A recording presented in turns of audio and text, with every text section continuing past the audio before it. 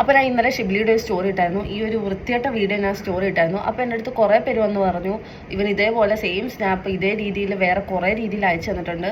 And ഇവിടെ ഞാൻ കുറച്ചധികം മെസ്സേജസ് കാണിക്കാം. അപ്പം കൂടുതലായിട്ട് വന്ന കാര്യങ്ങൾ എന്തൊക്കെയാണെന്ന് വെച്ചാൽ, അവൻ ചോദിക്കുന്നത് സെക്ഷൽ ഇതിന് താല്പര്യമുണ്ടോ, മൂഡാകുന്ന പിക്ക് അയക്ക്, സംതിങ് സ്പെഷ്യലായിട്ട് അയക്ക്, പിന്നെ എന്താ ബ്രസ്റ്റിൻ്റെ ഫോട്ടോ അയക്കുക, റൂം എടുക്കാൻ താല്പര്യമുണ്ടോ, അങ്ങനെ പല വൃത്തിയായിട്ട രീതിയിലും ഈവൻ സ്വന്തം പ്രൈവറ്റ് പാർട്ടിൻ്റെ ഫോട്ടോ അടക്കം ഇവൻ അയച്ചു കൊടുത്തിട്ടുണ്ട്.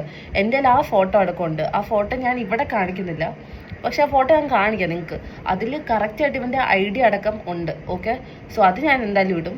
ആൻഡ് ഓൾസോ ഇവൻ എന്തൊക്കെ പറഞ്ഞ് എന്നെ ഭീഷണിപ്പെടുത്തിയാലും എനിക്കതിൽ ഒരു പേടിയില്ല. കാരണം എൻ്റെ അടുത്ത് കുറേ പേര് പറഞ്ഞു ഇവൻ ചിലപ്പോൾ വന്ന് വല്ലതും ചെയ്ത് തല്ലിക്കൊല്ലും എന്തെങ്കിലും ചെയ്താലും. അങ്ങനെ തല്ലിക്കൊന്നാലും എനിക്ക് പ്രശ്നമില്ല. പക്ഷേ ഇവൻ്റെ അടുത്തുനിന്ന് എല്ലാവരും രക്ഷപ്പെടണം. എൻ്റെ അക്കൗണ്ട് ഇവിടെ ഉണ്ടാവുമല്ലോ, എൻ്റെ വീഡിയോ ഇവിടെ ഉണ്ടാവുമല്ലോ, അത് കണ്ടിട്ടെങ്കിലും രക്ഷപ്പെടണം.